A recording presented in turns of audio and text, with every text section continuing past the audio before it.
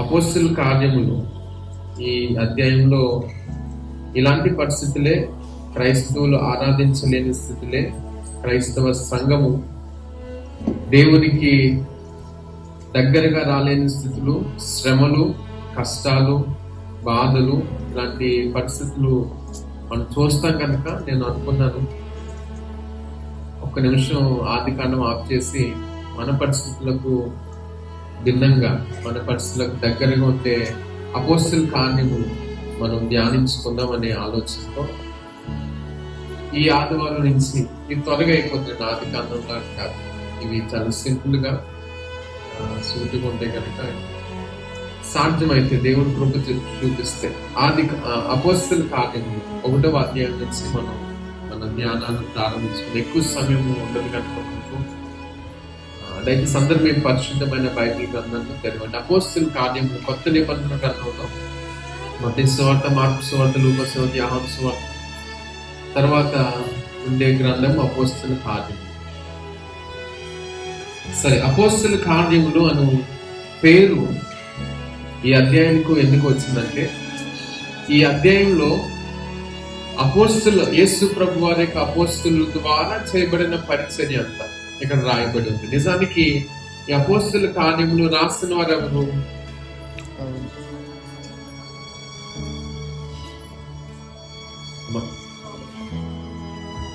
ఒక్కొక్కరికి ఒక్కొక్క సమాధానం ఉండొచ్చు, ఎందుకంటే దానికి కూడా సూట్ అయిన నిర్ధారణ లేదు. కొంతమంది పౌలు గారు అంటారు, కొంతమంది వేరే వేరే పేరు, చాలా పేరు. కానీ ఈ అపోస్తల కార్యంలో రాసింది ఎవరంటే 99% అందరూ అంగీకరించేది, ఒప్పుకునేది ఎవరంటే పౌలు గారి యొక్క దగ్గరి శిష్యుడు, పౌలు గారి యొక్క డాక్టర్ గారు, పౌలు గారికి సమస్యలు వస్తే, వ్యాధులు వస్తే, బాధలు వస్తే ట్రీట్ చేసే సన్నిహితుడు లూకా గారు. దేవునికి స్తోత్రం కనుక గట్టి చెప్దాం ఒకసారి. కాబట్టి ఇక అధ్యాయాన్ని రాసింది ఎవరంటే లూకా సువార్త రాసిన ఆయనే, వేరే ఎవరు కాదు. ఈ అధ్యాయాన్ని రాసిన ఒకసారి లూకా సువార్త 1వ అధ్యాయాన్ని కనుక ఒకసారి మనం చూస్తాం. 1వ అధ్యాయము 1వ వచనాన్ని చదువుతాం. ఈ మాట చూడండి ఒకసారి దయచేసి అందరూ చూడండి. ఘనత వహించిన, అందరూ ఈ మాట చెప్పండి ఒకసారి. థియోఫిలస్, ఇంగ్లీష్ లో థియోఫిలస్ అనే పేరు ఉంటుంది, చదువుతాం.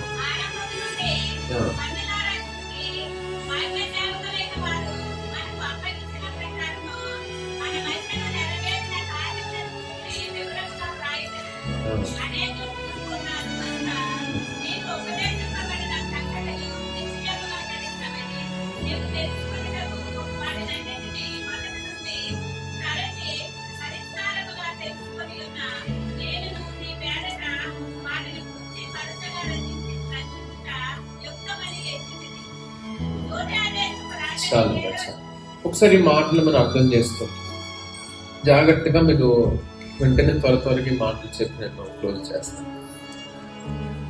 లూకా సువార్త అయిపోయిన తర్వాత దాని కంటిన్యూషన్ ఈ పుస్తకం ఆ గ్రంథం అయిపోయిన వెంటనే లూకా సువార్త ఆఖరి అధ్యాయంలో ఏముంటుందంటే, యేసు ప్రభు వారి పునరుత్థానుడే ఆయన ఆకాశానికి ఎత్తుబడి వెళ్ళిపోవడం, అది లాస్ట్ వచనంలో జరిగిన సంగతి. అది అయిపోయిన తర్వాత ఇక లూకా సువార్త 1వ అధ్యాయం నుంచి మనం చూస్తే దాని కంటిన్యూషన్, యేసు ప్రభు వారు ఆరోహణం అయిపోయిన తర్వాత జరిగిన సంగతులు ఏమై ఉన్నాయి అనేది ఈ యొక్క లూకా సువార్త అపోస్తల కార్యంలో జరిగే సంభాషణ. సరే, ఈ యొక్క అధ్యాయంలో కనుక మనం చూస్తే ఈయన ఎవరికి రాస్తున్నారు అని ఆలోచన చేస్తే ఇక్కడ చాలా స్పష్టంగా, ఒకసారి మీరు లూకా సువార్త 1వ అధ్యాయం చదువుదాం ఒకసారి. మళ్ళా చూడండి, ఎవరికి చెప్తున్నారు ఇది? థియోఫిలస్ కి. మళ్ళా అపోస్తల కార్యాలయంకి వెళ్తే మళ్ళీ ఎవరికి చెప్తున్నారు? ఆయనే. ఎవరు థియోఫిలస్? దీని గురించి ధ్యానించడానికి కొంచెం సమయం పడుతుంది. ఈ ఆదివారాలు మనం కొంచెం ధ్యానించలేం, మనం డైరెక్ట్గా వెళ్ళిపోతాం. కొన్ని వేరే విషయాలు బుధవారాలు కానీ కొన్ని అనుకున్న సందర్భాలు బట్టి పక్కకి వెళ్తే మన వాక్యం సమయం సరిపోతుంది, తక్కువ సమయం. సరే, ఎవరు థియోఫిలా తర్వాత చూద్దాం.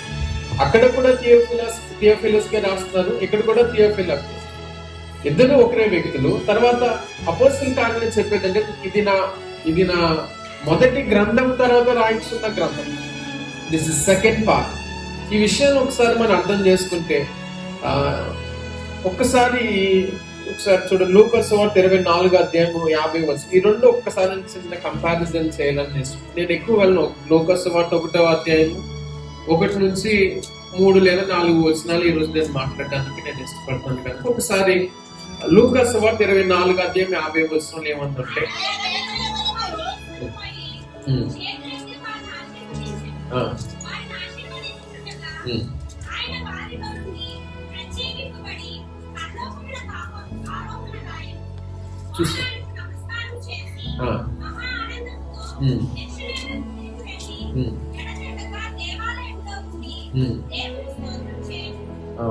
అయిపోయింది అక్కడ.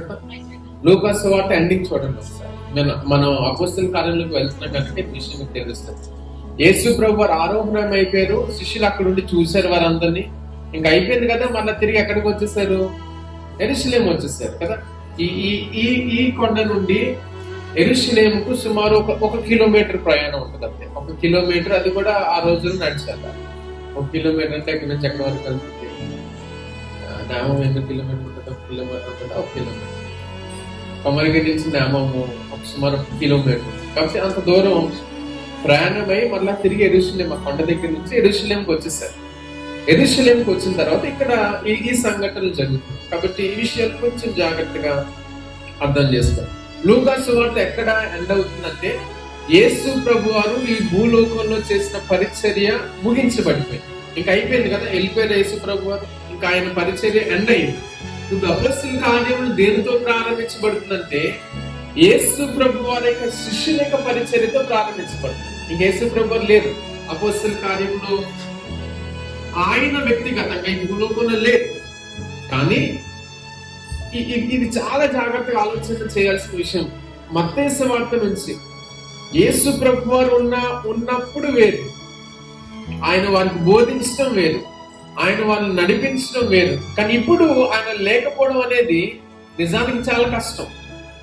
బోధకుడే లేకపోతే, గురువే లేకపోతే, అంతేనా, అసలైన వ్యక్తి లేకపోతే మిగిలిన వారి గురించి ఆలోచన చేసినప్పుడు కష్టం. ఎందుకు ముందు వారు నేను మీకు చాలా స్పష్టంగా జ్ఞాపకం చేశాను ఎలాంటి పరిస్థితులలో పేతురును దేవుడు ఎన్నిక చేసుకున్నారు. సరే, ఈ అధ్యాయం చూస్తే ఇప్పుడు మనం చాలా స్పష్టంగా చూసేది ఏంటంటే, గొప్ప కార్యాలు అపోస్తల కార్యములో ఏ గ్రంథంలోనూ లేనన్ని అద్భుత కార్యములు అపోస్తల కార్యములో నమోదు చేయబడి ఉన్నాయి. అనేక స్వస్థతలు, అద్భుతాలు, సూచక క్రియలు చెప్పలేనన్ని ఏ గ్రంథంలో కూడా ఉండవేమో, అన్ని ఈ గ్రంథంలోనే నమోదు చేయబట్టి మనం చూస్తాం. సరే, ఒకసారి ఇంకా కొన్ని విషయాలు మనం గమనిస్తే, పరిశుద్ధాత్మ గురించి లేకపోతే పరిశుద్ధాత్మ దేవుని గురించి మనుషులు వ్యక్తిగతంగా చూసి అనుభవించి తెలుసుకున్నది ఎక్కడి నుండి అంటే అపోస్తల కార్యముల నుండి. అంతకు ముందు పరిశుద్ధాత్మ దేవుడు ఉన్నారా లేరా అంటే, ఉన్నారా లేరా? నిజం చెప్పండి, ఒకసారి ఆలోచన చేయండి. క్వశ్చన్కి ఆన్సర్ కాదు కానీ పరిశుద్ధాత్మ దేవుడు ఉన్నారా అపోస్తల కార్యముల ముందు? లేకపోతే యేసు ప్రభు వారు ఆరోహణం అవ్వక ముందు ఆయన భూలోకంలో పరిచయం చేయించినప్పుడు పరిశుద్ధాత్మ దేవుడి లోకంలో ఉన్నారా లేదా? Praise the lord, hallelujah. గట్టి చెప్దాం ఒకసారి. కాబట్టి ఈ విషయం మనం ఒక మాట నేను మీకు జ్ఞాపకం చేస్తాను. సరే, ఈ విషయాలను మీకు వాక్యంలో సూటిగా మీకు చూపించి నేను చెప్పాలని ఇష్టపడతాను కదా. ఒకసారి 4 వచనాలు మనం చదువుతాం. ఈ చదివిన తర్వాత మనకు ఈ విషయాలు చాలా స్పష్టంగా అర్థమవుతాయి. ఒకసారి అమ్మ ఏం చెప్పండి కదా. లూకా సువార్త 3వ అధ్యాయం 22వ వచనం. అందరూ మీరు బైబిల్ తెరిచి చూడండి. లూకాసు వార్త 3వ అధ్యాయము. చూడండి, ఈ మాటలు చాలా జాగ్రత్త. లూకాసు వార్త అంటే అపోస్తల కార్యములు ఇంకా రాలేదు, మనం ఇంకా యేసు ప్రభువు పరిచర్య చేయించున్నాం. అర్థమైందమ్మా? లూకాసు వార్త 24 లాస్ట్, 22 అధ్యాయం లాస్ట్, అంతే కదమ్మా. కాబట్టి 22లో ఆయన ఆరోహణం అయ్యారు. ఇప్పుడు మనం ఎక్కడికి వెళ్తున్నాం? లూకాసు వార్త 3వ అధ్యాయం. అంటే 3వ అధ్యాయం అంటే యేసు ప్రభు వారి లోకంలో పరిచర్య చేసే దినాలు. అంటే యేసు ప్రభు వారి లోకంలో ఉన్నప్పుడు వెనక్కి వెళ్తున్నాం. అర్థమవుతుందమ్మా? దేవుని స్తోత్రం చెప్దాం ఒకసారి, గట్టి చెప్దాం ఒకసారి. అలా చూడండి, మత్తయి సువార్త, మార్కు సువార్త, లూకాసు వార్త, యోహాను సువార్త, ఈ 4 సువార్తలు కూడా యేసు ప్రభు వారు ఈ భూలోకంలో ఉండి చేసిన పరిచర్యనంతటిని కూడా ఈ 4 సువార్తలు ఉంటాయి. యేసు ప్రభు వారు వెళ్ళిపోయిన తర్వాత ఉండవు. వెళ్ళిపోయిన తర్వాత ఎక్కడంటే అపోస్తల కార్యం నుంచి, అంటే యేసు ప్రభు వారు చనిపోయి మృతి పొంది మరణించి తిరిగి లేచి ఆరోహణం అయిపోయిన తర్వాత అంటే అపోస్తల కార్యం. దేవునికి స్తోత్రం కలుగును. ఇక్కడి నుంచి ప్రారంభించబడ్డాయి. ఇప్పుడు అపోస్తల కార్యం నుంచి ఒక్కసారి మనం లూకాసు వార్తలకు వెళ్తుంది. ఎందుకు? పరిశుద్ధాత్మ దేవుడు యేసు ప్రభు వారు ఉన్నప్పుడు ఉన్నారా లేదా అనే ప్రశ్నకు సమాధానం ఇక్కడ దొరుకుతుంది. లూకాసు వార్త 3వ అధ్యాయము 22వ వచనం చదువుదామా? చూడండి, పరిశుద్ధాత్మ శరీర ఆకారంతో పావురము వలె ఆయన మీదకి దిగి వచ్చాను. ఎవరి మీదకి? ఈ సంఘటన మనకు తెలిసిందే కదా. లూకాసు వార్త 3వ అధ్యాయం అంటే యేసు ప్రభు వారు బాప్తిసము తీసుకోవడానికి ఆయన ముందుకు వచ్చినప్పుడు, బాప్తిసం ఇచ్చి యోహాను ఆయనకు బాప్తిసం ఇచ్చుచున్నప్పుడు, ఎప్పుడైతే యేసు ప్రభు వారు ఆ నీళ్ళలో మునిగి బాప్తిసం పొంది మళ్ళీ తిరిగి పైకి లేచారో వెంటనే ఆకాశం నుంచి మేఘము తెరవబడి ఆకాశం నుంచి గంభీరమైన శబ్దము వచ్చి ఆకాశం నుంచి ఒక ప్రకాశమైన కాంతి యేసు ప్రభు వారి పైన పడిన వెంటనే యోహాను ఆ పరిశుద్ధాత్మ దేవుని యొక్క శక్తిని నీటి ద్వారాను ఆ మహిమ నీటిలో ప్రవహించిందట. దేవునికి స్తోత్రం కలుగును గాక. బాప్తిసం ఇచ్చి యోహానుకు ఆ యొక్క అభిషేకం, ఆ అనాయింటింగ్ చూడగలిగి వెంటనే ఒక పావురము వలె పరిశుద్ధాత్మ దేవుడు ఒక పావురము వలె ఎవరి పైకి వచ్చారట? యేసు ప్రభు వారి పైకి. ఈ మాట జ్ఞాపకం పెట్టుకుని యేసు ప్రభు వారి పైకి. 2వ వచనం చదువుతాం. 2వ నిర్ధారణ మన లూకాసు వార్తలో కల్లా 4వ అధ్యాయం 1వ వచనం. యేసు ప్రభు వారి లోకంలో ఉన్నారు. యేసు ప్రభు వారు పరిశుద్ధాత్మ పూర్ణుడే, అంటే పరిశుద్ధాత్మ చేత నింపబడి యోర్దాను నది నుండి. చాలా చూడండి, నేను అన్ని చెప్పడానికి టైం ఇది కూడా మీకు తెలిసిందే. యోర్దాను నది వచ్చినప్పుడు యేసు ప్రభు వారు పరిశుద్ధాత్మ చేత నింపబడి. 3 తర్వాత ఇంకొక వచనం, అట్లా ఇదే 4వ అధ్యాయము 14వ వచనం కూడా ఒక మాట ఉంటుంది. 4వ అధ్యాయం 1:14 చూస్తే ఇది ఏంటంటే యేసు ప్రభు వారు శోధించబడడానికి పరిశుద్ధాత్మ చదవండి 14 చదువుతుంది.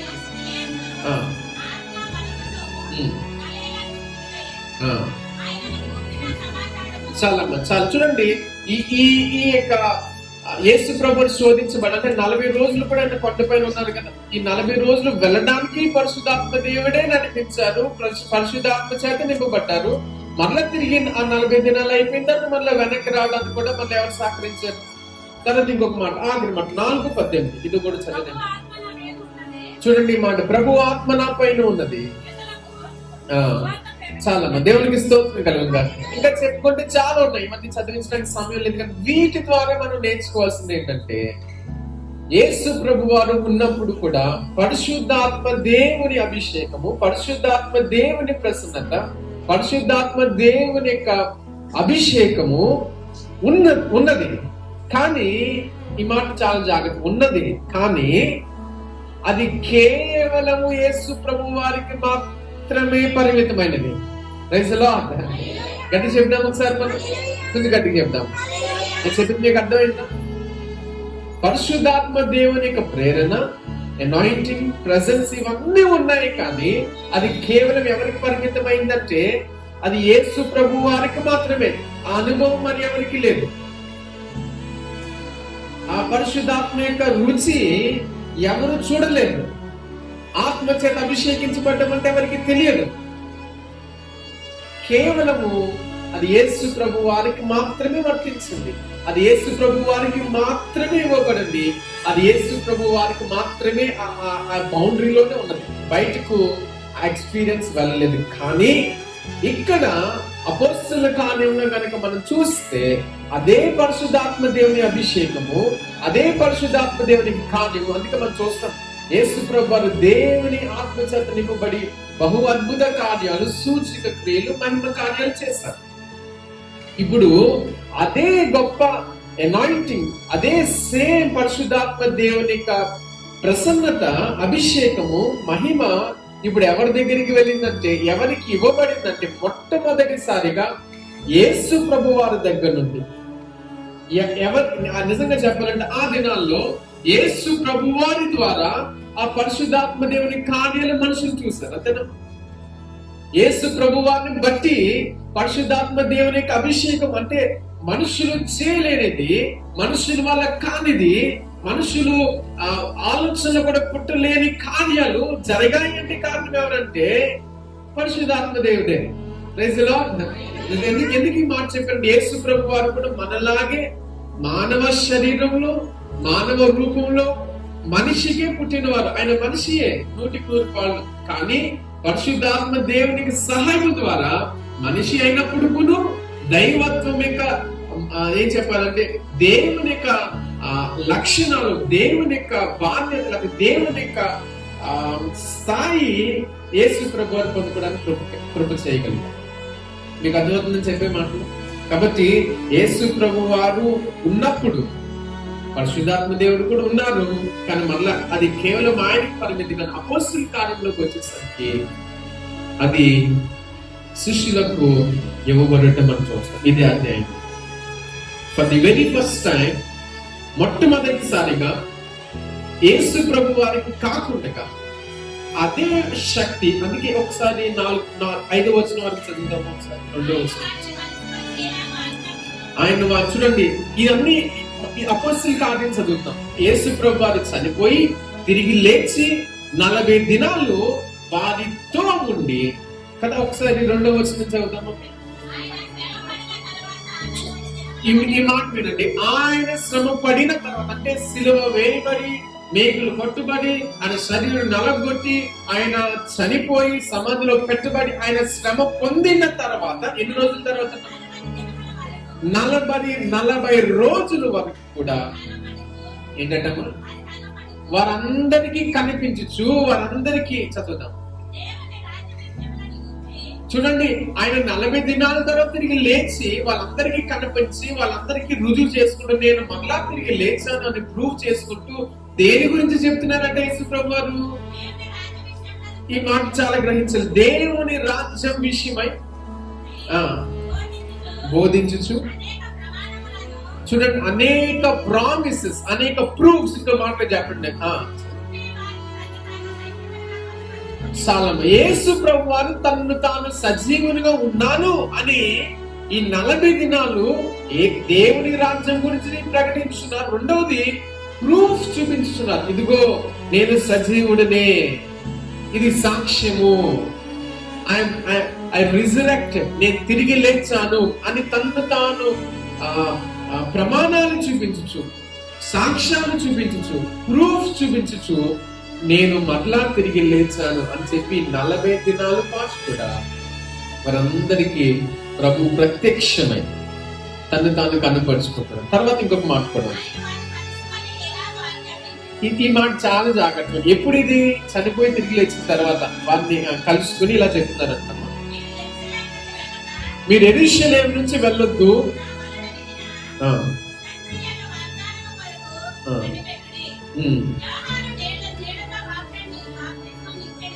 యోహాను నీళ్లతో బాప్తిసం ఇచ్చాడు, కానీ కొన్ని రోజుల్లో,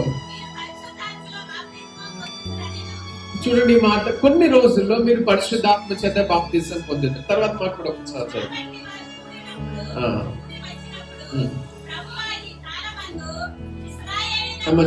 చాలా ఇక్కడితో నేను క్లోజ్ చేస్తాను. ఈ అధ్యాయంలోనే నేను ఇంకెందుకు. కాబట్టి ఈ విషయాలు ఒక్కసారి మళ్ళీ ఆలోచించాలి. ఒక్కసారి ఈ 40 దినాల గురించి కనుక మనం ఆలోచన చేస్తే, యేసు ప్రభు వారు మరణం నుంచి తిరిగి లేచిన తర్వాత చూడండి, ఒక ముఖ్యమైన సువార్త ఏంటంటే ఆయన తిరిగి లేచారు. ఈ విషయము ఆయన అందరికీ తెలియపరచాలి, అందరికీ స్పష్టంగా సూచక క్రియగా అది చేయబడి ఉండాలి. కానీ కొన్ని వచనాలు నేను చెప్తాను. లూకా సువార్త 1:2 చెప్పినట్లుగా ఒకసారి లూకా సువార్త 1:2 చూద్దాం. 1:2 వెనక్కి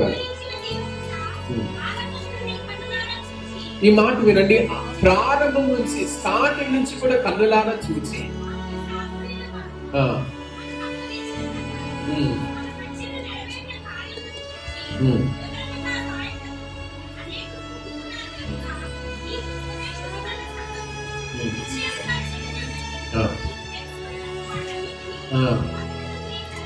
చాలా ఇక్కడ లూకా చెప్పేది ఏంటంటే, నేను మీకు చెప్పే ఈ లూకా సువార్తలో ఉన్నవన్నీ, అపొస్తలుల కార్యంలో ఉన్నవన్నీ నిశ్చయముగా జరిగినవని, సాక్ష్యములతో పాటుగా, ప్రూఫ్స్ తో పాటుగా నేను మీకు ప్రెజెంట్ చేస్తున్నాను. Praise the lord. హల్లెలూయా. లూకా చెప్పే మాట ఏంటో తెలుసా? నేను ఏది కట్టి కథలు రాయడం లేదు. లూకా సువార్త నేను రాయించిన థియోఫిలా, నేను నీకు రాయించిన ఈ ఉత్తరంలో, ఈ గ్రంథంలో, లేకపోతే ఈ మాటలలో ఏది అబద్ధం లేదు, ఏది కల్పితం లేదు. ఈ అపొస్తలుల కార్యంలో గాని, లూకా సువార్తలో గాని నేను ఏది చూశానో, నేను ఏది విన్నానో, కన్నులారా ఏది క్లియర్ గా ప్రూఫ్స్ తో ఉన్నాయో, కేవలం సాక్ష్యములతో ఉన్నాయో, వాటిని మాత్రమే నేను నీకు రాయించున్నాను. ఇవి నీకు అర్థమవుతాయి. ఆ రోజుల్లో చాలా మందికి అర్థం కాలేదు, ఇప్పటికీ అర్థం కాదు చాలా మందికి. యేసు ప్రభువు తిరిగి లేచారు, నేను ఎందుకు నమ్ముతాను, నేను నమ్మను అంటారు. అంతేనమ్మా? Praise the lord. గట్టి చెప్తాం ఒకసారి, గట్టి చెప్తాం మరలా. యేసు ప్రభువు మరణాన్ని జయించి సమాధిలోంచి తిరిగి లేచారంటే ఎంతమంది నమ్ముతారు ఈ ఉదయకాల సమయం? కొంతమందికి ఇంకా లోపల ఎక్కడ ఉంటుంది, చనిపోయిన వాళ్ళు అలా లెగిస్తారండి. నమ్మలేదా? మీకు అనుభవం. Praise the lord. హల్లెలూయా. గట్టి చెప్తాం ఒకసారి. ఆ రోజుల్లో అనుమానం ఉంది, ఆ రోజుల్లో అది నమ్మ సత్యము కాని నిజం. ఈ రోజు మనకి విశ్వాసం బట్టి, కొంతమందికి విశ్వాసం బట్టి నమ్ముతున్నారు, ఈ వాక్యమును బట్టి మనకు అర్థమవుతుంది. కానీ ఆ రోజుల్లో ఈ వాక్యం లేదు.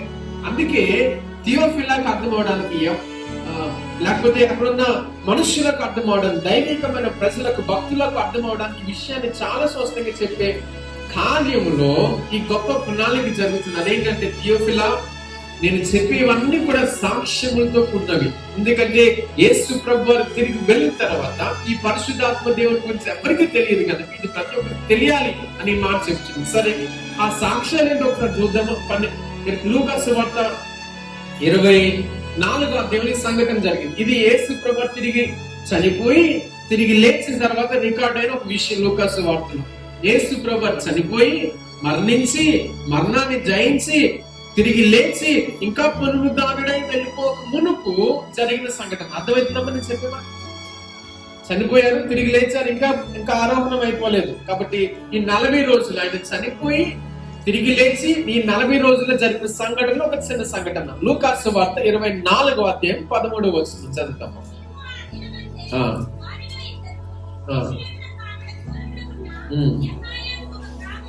చూడండి, 2 మనుషులు ఉన్నారట. ఎమ్మాయు అనే రోడ్డు మార్గం ఆ ఊరికి వెళ్ళిచుండగా ఆ దారిలో 2 మనుషులు నడుచుకుంటూ వెళ్తున్నారు. చదువు.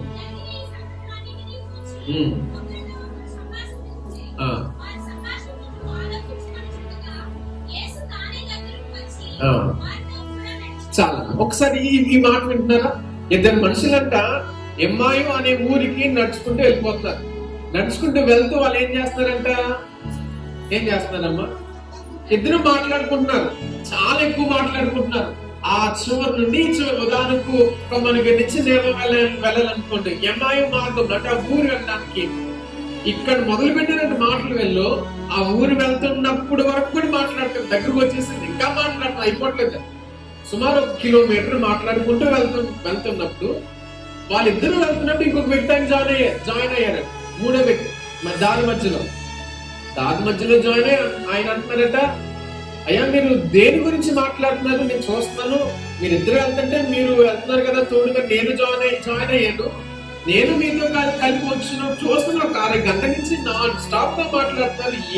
దేని గురించి మాట్లాడుతారు, ఏం మాట్లాడతారు? అప్పుడు ఈ వాక్యంలో చెప్పబడిన మాట ఏంటంటే, అయ్యా నీవు ఈ ఊర్లో కొమ్మరిగిరి వాడివేనా? మేమేమో కొమ్మరిగిరి నుంచి నామో వెళ్తున్నాము, నామంలో జరిగిన విషయాలన్నిటి గురించి మేము మాట్లాడుతున్నాం, కొమరగిరిలో జరిగిన విషయాలన్నిటి గురించి మాట్లాడుతున్నాం. నీవు కొమరగిరి వాడు ఉండి ఈ ఊర్లో మాతో నడుస్తూ ఈ ఊర్లో ఏం జరిగిందో నీకు తెలియదా అంటే ఆయన అన్నారంట, ఏం జరిగింది ఈ ఊర్లో? 3వ వ్యక్తి అన్నమాట, ఏం జరిగింది ఈ ఊర్లో? చదువుదామా ఒకసారి.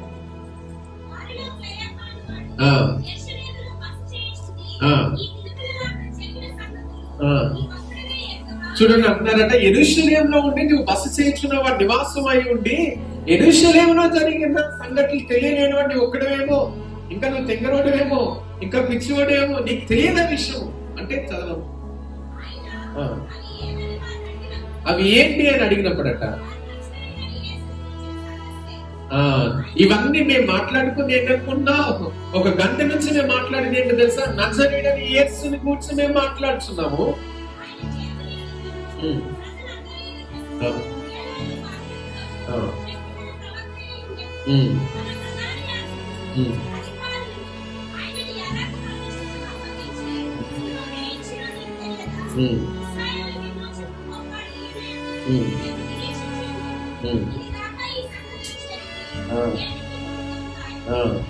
చాలా ఒకసారి చూడండి, ఇప్పుడు ఎవరు మాట్లాడుతుంది మాట్లాడింది చూడండి.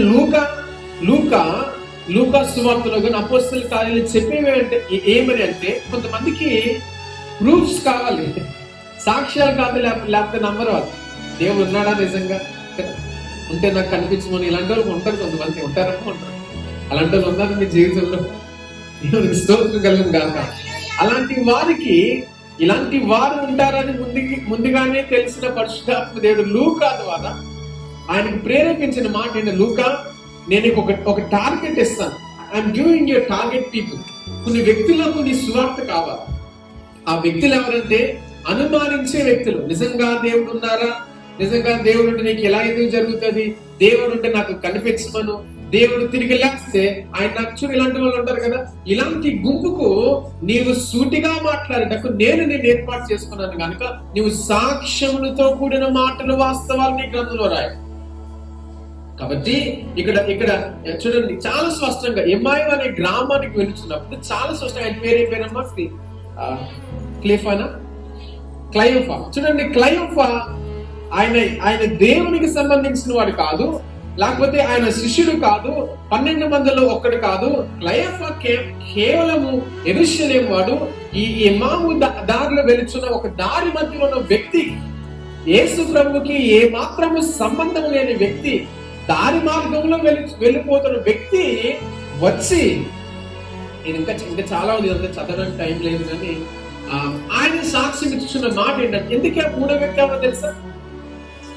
అమ్మా 3వ వ్యక్తి ఎవరో తెలుసు? ఇంకా కింద చదివితే చాలా టైం లేదని చదివించట్లేదు, కానీ ఆ 3వ వ్యక్తి ఎవరో కాదు. వాళ్ళిద్దరు నడుచున్నప్పుడు యేసు ప్రభువు చనిపోయి మరణమును జయించి తిరిగి లేచి ఇంకా ఆరోగ్యమైపోతుంది. 40 రోజులు ఉన్నారు కదా, ఆ 40 రోజుల్లో ఒక సంఘటన ఆయనే వాళ్ళతో కలిసి నడుస్తూ ఉంటున్నారు. వాళ్ళతో మాట్లాడే మాట ఏంటో తెలుసు? కింద జరిగిన సంఘటన అంతా చెప్పాలని సమయం సరిపోదు, కానీ వాళ్ళు చెప్పిన తర్వాత ఆయన అంటారు, మీరు మాట్లాడుతున్న వ్యక్తిని నేనే. ప్రైజ్ ది లార్డ్, హల్లెలూయా. అప్పుడు వీరిద్దరూ కూడా ప్రియ దైవ సంగమా ఈ విషయాన్ని పరుగు సమాజ మందిరానికి వెళ్ళి, నేను చెప్పిన ముందుగా మీకు గుర్తుందో లేదు, కానీ పౌలు గారు ఒక స్థలాన్ని తీసుకుని ఎవరైతే యేసు ప్రభువుని సొంత రక్షకునిగా అంగీకరించారో వారందరూ అక్కడ నివాసం ఉంటున్నారు. వారి సొంత ఇల్లు అమ్మేశారు, వారి పొలాలు అమ్మేశారు, వారికున్న యావత్తును అమ్మేశారు. వాళ్ళకి ఏమీ లేదు. అక్కడ జీవించిన గుంపు ఎవరంటే సమస్తము ఇచ్చేసి దేవుని కోసం సమర్పించేసుకున్నవారు. అర్థమవుతుందమ్మా మీకు? స్తోత్రం చెప్తాం ఒకసారి. ఆ గుంపులకు పరుగున పోయి వీళ్ళంటున్నారు, ఇదిగో మీరెవరో మాకు తెలియదయ్యా, కానీ మేము దారిలో వెళ్తున్నప్పుడు యేసు ప్రభు వారు మాకు కనిపించారు, ఆయన్ని మేము చూసాం, ఆయన తిరిగి లేచి ఆయన మాకు ప్రత్యక్షమయ్యారు. చూడండి, ఇవన్నీ కూడా సాక్ష్యాలు. ఇంకా చెప్పుకుని వెళ్ళిపోతే ఇంకా చదవాలంటే మనకు టైం సరిపోదు, కానీ చాలా సాక్ష్యాలు. ఉదాహరణకు ఇదే లూకా సువార్త 24:36 నుంచి చూస్తే యేసు ప్రభు శిష్యులు కనిపించారు. ఇదే లూకా సువార్త 24:34 చూస్తే పేతురు గారు కనిపించారు. అపోస్తలుల కార్యములు చెప్పినట్టు లూకా 22:32, 3:15, 5:32 ఇలా చదువుకుని వెళ్ళిపోతే ఇవన్నీ సాక్ష్యాలు, ప్రతిదీ కూడా సాక్ష్యం. అందుకు అపోస్తలుల కార్యం నేను చెప్తున్నాను, ఆయన తిరిగి లేచారు అనడానికి ఎంతమందికి ఆయన కనిపించారు, ఆయన ఏం చేశారు, ఎలా చేశారు, ఇవన్నీ సాక్ష్యాలతో కూడిన రోజులు. ఒకసారి 3:15 చదువుతామమ్మా. అపోస్తల కార్యం 3:15.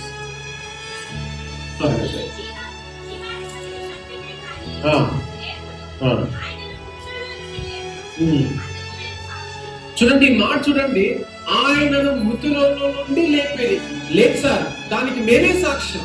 ఇంకా 2:32 చదువుతాము. లూకాసు వార్త సాక్ష్యం చాలా స్పష్టంగా చెప్తారు.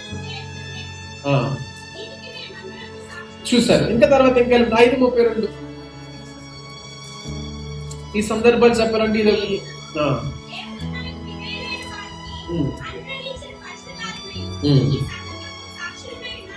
చూడండి, ఈ గ్రంథం అంతటా కూడా సాక్షులు ఉన్నారు.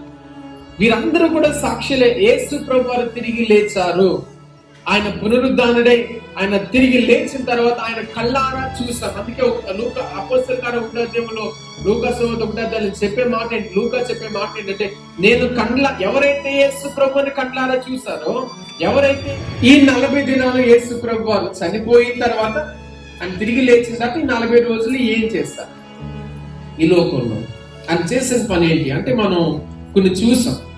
నిజానికి ఈ 40 రోజుల గురించి మనకు చాలా చాలా సూచనలు ఉన్నాయి కదా. ఏమన్నాయి గుర్తున్నాయి చెప్పండి 40 రోజుల గురించి?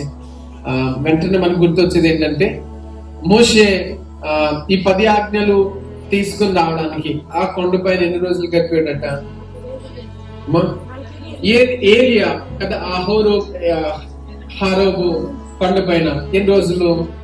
40 దినాలు ఉంటారు కదా. ఇంకెలా చాలా ఉన్నాయండి. యేసు ప్రభు వారు సిద్ధపడ్డ 40 రోజులు. నేను అంటాను, ఈ 40 రోజులు కూడా యేసు ప్రభు వారు తిరిగి లేచిన యేసు ప్రభు వారు, ముందున్న యేసు ప్రభు వారు తిరిగి లేచిన, మరణాన్ని జయించి తిరిగి లేచిన యేసు ప్రభు వారు ఈ 40 రోజులు ఏం చేస్తారంటే, ఆయన తన శిష్యులను, ఆయనను వెంబడించిన వారిని సిద్ధపరుచున్నారు. దేవునికి స్తోత్రం కలుగును గాక. గది చెప్తాం ఒకసారి. నేను చెప్పిన అర్థమైందమ్మా. తిరిగి లేచిన యేసు ప్రభు వారి 40 రోజులు చేసే పని ఏంటో తెలుసా?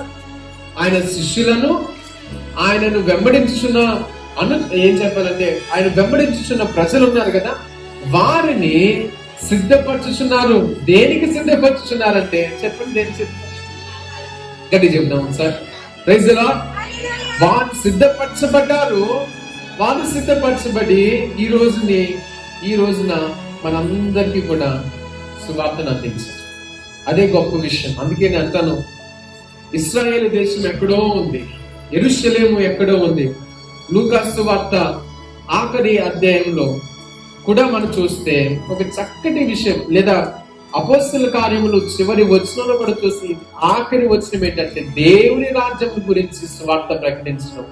యూదయ, సమరయ, ఈ భూమి అంతము వరకు, ఈ భూమి చివరి వరకు కూడా సువార్తను అందించడం ఒక ముఖ్యమైన లక్షణంగా ఉంటుంది. అందుకే ఎక్కడో యెరూషలేములో ఉన్న తోమ ఒక్కడే కాదు, యేసు ప్రభువు 12 మంది శిష్యులు, కేవలం 12 మంది ఈరోజు ప్రపంచమంతట్లో కూడా యేసు ప్రభు వారి గురించి తెలియని, యేసు ప్రభు వారి యొక్క సంఘము, చర్చ్ లేని దేశం అంటూ ఈ భూమి మీద ఒకటి కూడా లేదు. దేవుడికి స్తోత్రం కలుగును గాక. గట్టి చెప్తాము ఒకసారి. కేవలం 12 మంది ప్రియ దైవ సంఘం, అది సులువు కాదు. మరలా 12 మంది చివరి వరకు బ్రతికిన వారు కాదు, మధ్యలోనే వారిని చంపేశారు. అందరూ చంపబడ్డారు, బలవంతంగా చంపబడ్డారు, సువార్త చెప్తున్నారని చంపబడ్డారు. కేవలం 12 మంది. ఎందుకు ఈ మాట నేను చెప్తున్నాను? యేసు ప్రభువు చెప్పారు, మీరు యెరూషలేములో ఉండండి అని ఇప్పటి వరకు నేను చెప్పాను.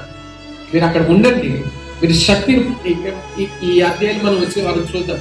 మీరు శక్తి పొందుకుంటారు, మీరు బలము పొందుకుంటారు, జ్ఞానము పొందుకుంటారు. మీరు యెరూషలేములో ఉండండి. మీరు శక్తి పొందుకున్న తర్వాత ఏం చేయండి? మీరు వెళ్ళండి. దేవునికి స్తోత్రం కలుగును గాక. You go when you're filled with the spirit, when you're filled with the power. మీరు శక్తి పొందిన తర్వాత మీరు ఏం చేయండి? మీరు వెళ్ళండి. అందుకే ఈరోజు ఈ మాటల్ని జ్ఞాపకం చేస్తున్నాను. లూకాసు అపోస్తల కార్యంలో 1వ అధ్యాయం 1, 2-3 వచనాలు ఈరోజు నేను మీతో మాట్లాడాను. జరిగిన సంఘటనలు, జరిగిన సందర్భం, జరిగిన కార్యం. మిగిలిన అధ్యాయాలు మన తర్వాత జ్ఞాపకం చేసుకుంటాం. యేసు ప్రభువారు ఈ 40 రోజులు కూడా శిష్యులను, ఆయనను వెంబడించుచున్న ఆయన అనుచరులను, లేకపోతే ఆయన వెంబడించున్న ఆయన భక్తులను సిద్ధపరిచి వాళ్ళను తయారు చేసి ఈ లోకాన్ని విడిచి ఆయన పరలోకానికి ఆరోహణమైపోయారు.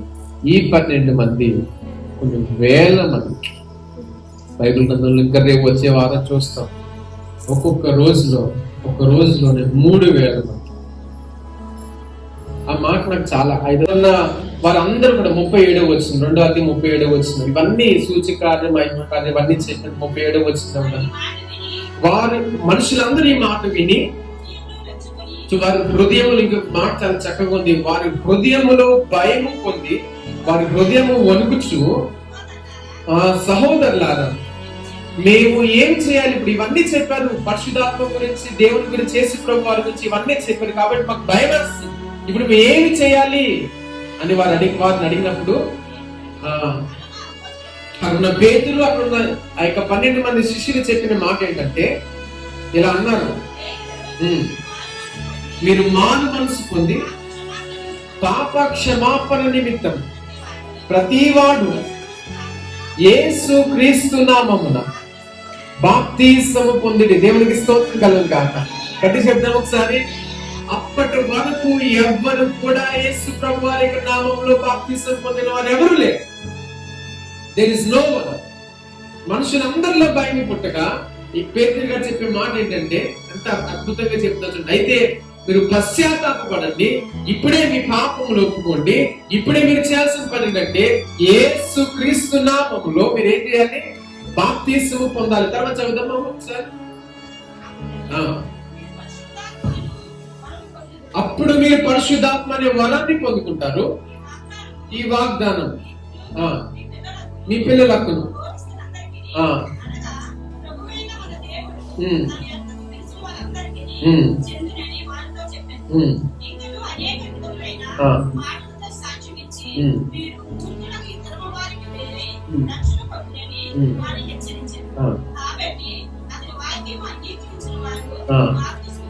బాప్తిసము పొందిడి. ఆ దినమందు ఇంచుమించు 3,000 మంది దేవునికి, అంటే ఆ యొక్క గుంపుకి, నేను చెప్పాను కదా ఆల్రెడీ, వారు ప్రత్యేకించబడ్డారని. ఇంచుమించు ఒక్క రోజులో ఆ దినమున ఈ సువార్త వారికి అందిన తర్వాత 3,000 మంది బాప్తిసం పొందారు. దేవునికి స్తోత్రం కలుగును గాక. అని చెప్తాం ఒకసారి. కారణం ఏంటంటే వారి హృదయంలో భయం పుట్టింది, వారి హృదయంలో నెమ్మది లేదు, వారి హృదయంలో అయ్యో మేము తప్పు చేసామే, ఇంకా మాకు విషయాలు అర్థం కాలేదే అని వారు దేవుని యందు వారు నమ్మిక ఇచ్చటకు వారు అంగీకరించారు. కనుక చూడండి ఎంత ఆశ్చర్యమో. 3,000 మంది బాప్తిసము నమ్మి యేసు ప్రభువులకు రావడం అంటే ఎంత గొప్ప విషయం. దేవునికి స్తోత్రం కలుగును గాక. సాధ్యమైతే ఇది నేను ఆల్రెడీ మీకు ముందే చెప్పినాను, కానీ వచ్చే వారంలో మనం ధ్యానించుకుందాం. నేను ఈరోజు చెప్పే మాట ఏంటంటే యేసు ప్రభు వారు ఆ 12 మందిని సిద్ధపరిచారు. యేసు ప్రభు వారు మన దగ్గర లేకపోయినప్పుడు ఈ 12 మంది ద్వారా పరిశుద్ధాత్మ దేవుడు అనేక అద్భుత కార్యములు చేశారు. అపోస్తలుల కార్యములు మనం ధ్యానించుండగా దేవుడు మనకు తోడుగుంటారని నమ్ముతున్నాను. ఈ గ్రంథం పరిశుద్ధాత్మ దేవుని దగ్గరగా తెలుసుకోవడానికి, ఆయన ఏమై ఉన్నారో తెలుసుకోవడానికి, ఆయన కార్యాలు ఎలాంటివో తెలుసుకోవడానికి, ఈ కష్టకరమైన స్థితిలో, కష్టకరమైన పరిస్థితుల్లో వచ్చే అధ్యాయంలో మనం చూడబోతున్నాం. ఎన్ని కష్టాలు సృష్టించబడ్డారు. ఆరాధన చేయడానికి వారి స్థలాలు లేవు, మందిరాలకు వెళ్ళడానికి స్థలాలు లేవు, దేవుని ఆరాధన చేస్తే చంపేస్తున్నారు. ఇలాంటి స్థితులలో సహితం వారి విశ్వాసాన్ని ఎలా కాపాడుకున్నారో ఆ పరిస్థితులలో పరిశుద్ధాత్మ దేవుడు వారికి ఎలాగ తోడుకున్నారు. దేవునికి స్తోత్రం చెప్తాం ఒకసారి. హల్లెలూయా. యేసు ప్రభు వారు తిరిగి వెళ్ళిపోయిన సంఘం లేదు, చర్చ్ లేదు. ఎక్కడైతే చర్చ్ ఉందో వారిని చంపేసేవారు, మరణము వారిని వెంబడించుకున్నప్పుడు దేవుడు ఎలాగో కార్యం చేస్తాడు లేదు దేవుడు మనకు రాబోయే దినాల్లో నేర్పిస్తాడు. నమ్ముచు ప్రార్థన చేస్తాను. పరిశుద్ధ మహోన్నతులకు స్తోత్రం. లూకా ద్వారా దేవా మీరు అనేక పరిశుద్ధ కార్యములు మీరు చూపించుచున్నందుకు, నేర్పించుచున్నందుకు మీకు వందనాలు.